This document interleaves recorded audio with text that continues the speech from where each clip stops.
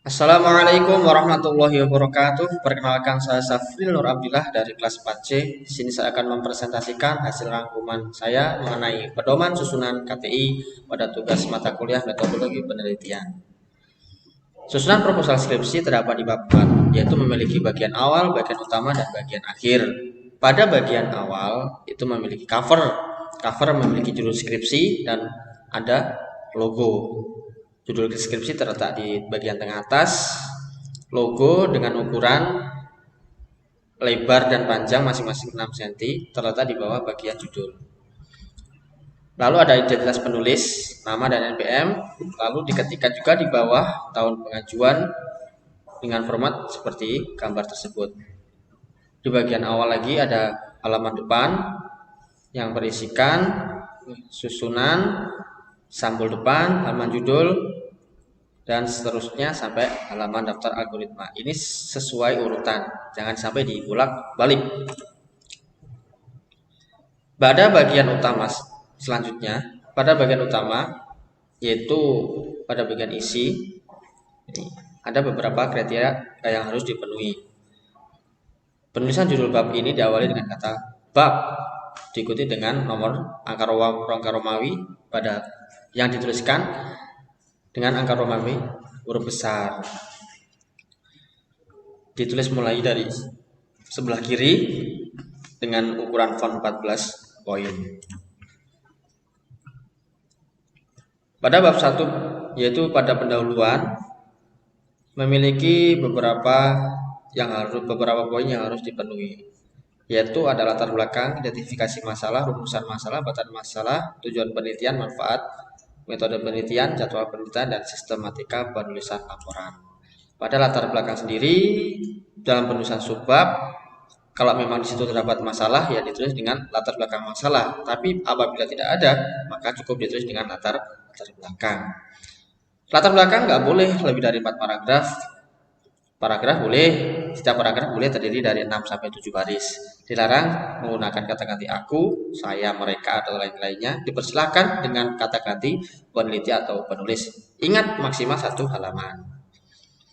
Sedangkan di identifikasi masalah yang poin B itu simpulan dari permasalahan-permasalahan dan kasus yang muncul dalam latar belakang tadi.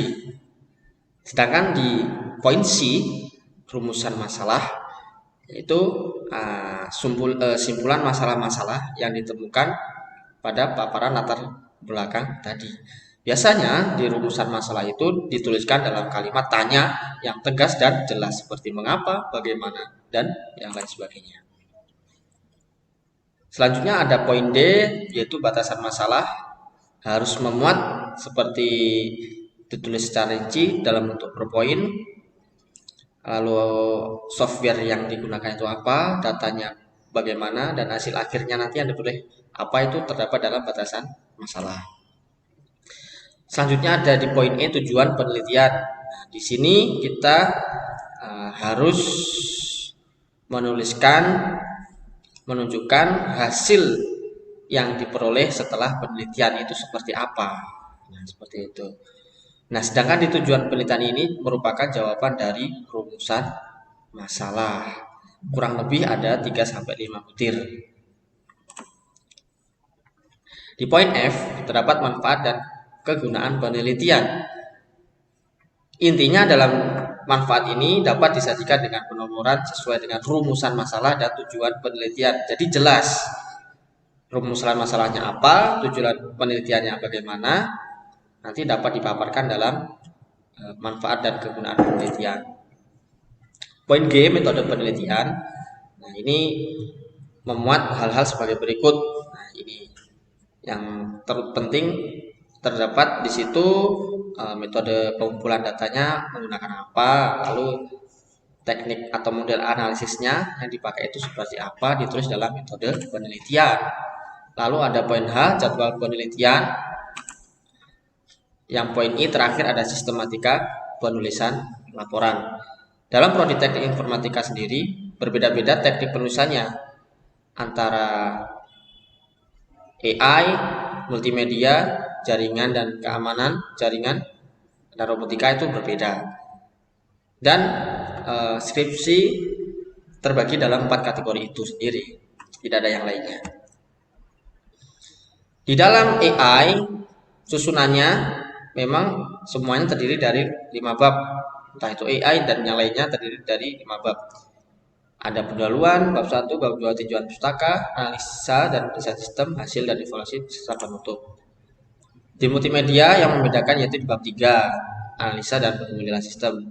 Di jaringan, analisis dan perancangan, implementasi dan pembahasan, itu pembedanya. Di robotika, pembedanya juga terletak di bab 3, perancangan sistem. Langsung masuk ke bab 2 yaitu tinjauan pustaka, terdiri dari landasan teori, kajian pustaka, dan desain sistem. Nah, landasan teori ini berisi tentang paparan secara singkat, gambaran secara singkat, landasan teori yang dituliskan dalam bahasa dan materi yang berhubungan langsung pada teori yang melandasi penelitian tersebut. Terdapat kajian pustaka. Kajian pustaka ini memuat gambaran singkat permasalahan yang dikemukakan dalam jurnal. Memuat tentang apa, tahun berapa, lalu alur sistemnya, cara kerjanya bagaimana, terdapat di dalam kajian pustaka. Dan yang diperhatikan artikelnya diambil 5 tahun terakhir, jangan lebih. Selanjutnya di poin C, desain sistem. Masing-masing kategori tadi memiliki desain sistem yang berbeda-beda. Nah, desain sistem pada kategori komputasi dan RPL meliputi data input, gambaran proses, dan data output. Nah, seperti itu. Selanjutnya, pada kategori komputasi dan RPL, ini ada desain database dan desain menu aplikasi. Selanjutnya, pada kategori game multimedia dan game aplikasi, ini terdapat beberapa poin, ada 7 di sini. Digunakan format GDD, Game Design Document, judul game, gameplay, story, tingkat permainan, antarmuka, spesifikasi teknis. Dalam jaringan dan keamanan jaringan, terdapat analisa situasi sistem lama, lalu sistem yang direncanakan seperti apa, itu desain sistemnya seperti itu. Yang terakhir, desain sistem kategori robotika. Terdapat analisa permasalahan, lalu sistem robotika yang diusulkan itu seperti apa. Yang terakhir, perancangan perangkat lunak di dalam pembuatan robotika itu sendiri, tercantum dalam desain sistem. Yang terakhir bagian penutup yaitu di bab 3. Nah, ini di sini biasanya terdapat kesimpulan, saran, lalu apalagi jurnal referensi, nah seperti itu. Termasuk juga penulisan dalam daftar pustaka yang kita temukan biasanya di akhir jurnal. Itu ada sendiri tata aturan penulisannya. Seperti dalam urutan penulisannya ada nama pengarang terlebih dahulu dituliskan, lalu tahun penerbitan, judul buku, lalu kota terbit, lalu nama penerbit. Contoh penulisan daftar pustaka dapat kita lihat dari buku, dari jurnal cetak, lalu dari buku yang diterjemahkan, dari blog universitas, kutipan dari web. Semuanya memiliki sistem penulisannya masing-masing, tidak boleh disamakan dan apalagi dikira-kira. Kita juga harus melampirkan daftar riwayat hidup di dalam proposal yang kita buat, seperti nama lengkap, tempat tanggal lahir, riwayat pendidikan tinggi, lalu pas foto kita terakhir yang berukuran 4x6. Sekian presentasi dari saya, ada kurang lebihnya saya mohon maaf yang sebesar-besarnya. Assalamualaikum warahmatullahi wabarakatuh.